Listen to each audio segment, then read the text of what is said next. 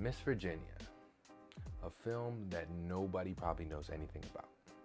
Honestly, I didn't even know it existed until a friend put me onto it a couple days ago, and they didn't even know what it was. I could be giving my friend credit for putting me onto a diamond in the rough, and I didn't even know it was a diamond.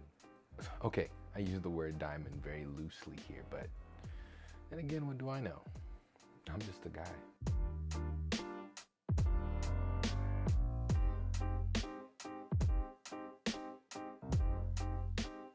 Now, Miss Virginia happens to fall under one of my personal favorite genres, biopics. Why is biopics one of my favorite genres, you might ask? Oh, you don't actually want to know. Well, you gonna learn today. I don't know, there's something about knowing that real people experience this fictional world that the filmmakers made that makes us feel kind of, how do I put this? Real? I'm real. I'm a real boy! Half the reason why people enjoy movies and TV shows the way they do is because it gives them a reprisal from their own lives, even if it's just for a moment. And that makes you open up the floodgates of possibilities and ask the question, what if? I mean, admit it, you probably thought to yourself at least once, if I had a superpower, what would that be?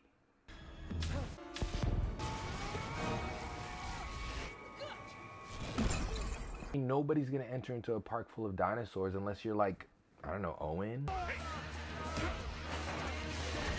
No, not that Owen.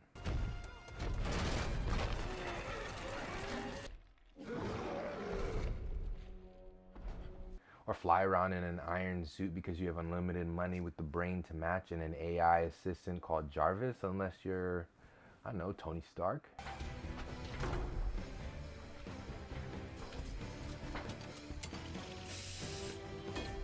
Or hang on the side of a big ass plane as it takes off because you're Tom Cruise. Oh, my bad. Did I say Tom Cruise? I meant to say Tom Cruise. Yeah, he actually did that. Thank you very much, everybody. Crazy man. My point being that knowing that someone actually went through this wild fantasy world that we called fiction, it just hits you a little bit different. I mean, what do they expect to happen if you end a movie like that and then they tell me that it actually happened to a real person? No, sir. No, sir, it wasn't. Good luck, Chris. Thank you. Thank you. Now, I'm gonna have to give this show a 7.6 out of 10. 7.6 to 8. That's a wide range.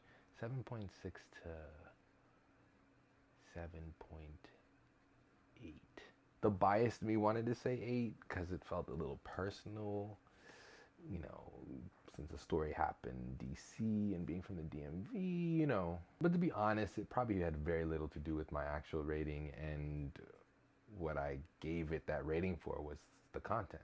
In this country of the United States of America, it can be really easy to forget how fortunate we are. Because I promise you, no matter how bad you got it, there's probably someone who has it worse than you. You see, this film specifically deals with kids who grow up in underprivileged communities, that not only do they not receive the education that they deserve, but the education that this country requires them to have to make something of themselves. You know, my dad used to tell me that the mind is a terrible thing to waste.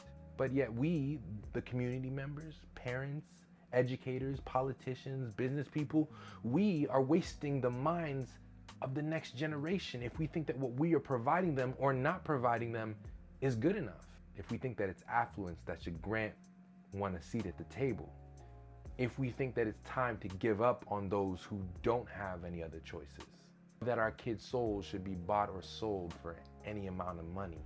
And yes, I know people don't like real talk, but that's what movies like this do. They not only spur real talk, but hopefully inspire us to do better. Isn't it about time that we stop living in the misfortune of hindsight being 20/20? The first movie that popped into my head as a comparison was Hidden Figures. Take notes, especially men, women, black women especially, are very formidable and resourceful because there is no force that can stop a woman who has been backed into a corner, especially when it comes to their kids. And no one in this country has been backed into a corner more than the black woman. And even then, they figure out somehow to make magic happen. However, sadly, Hidden Figures is not on Netflix, so here are some suggestions of movies that are: Pursuit of Happiness, the story of Eric Gardner. If you haven't watched this already,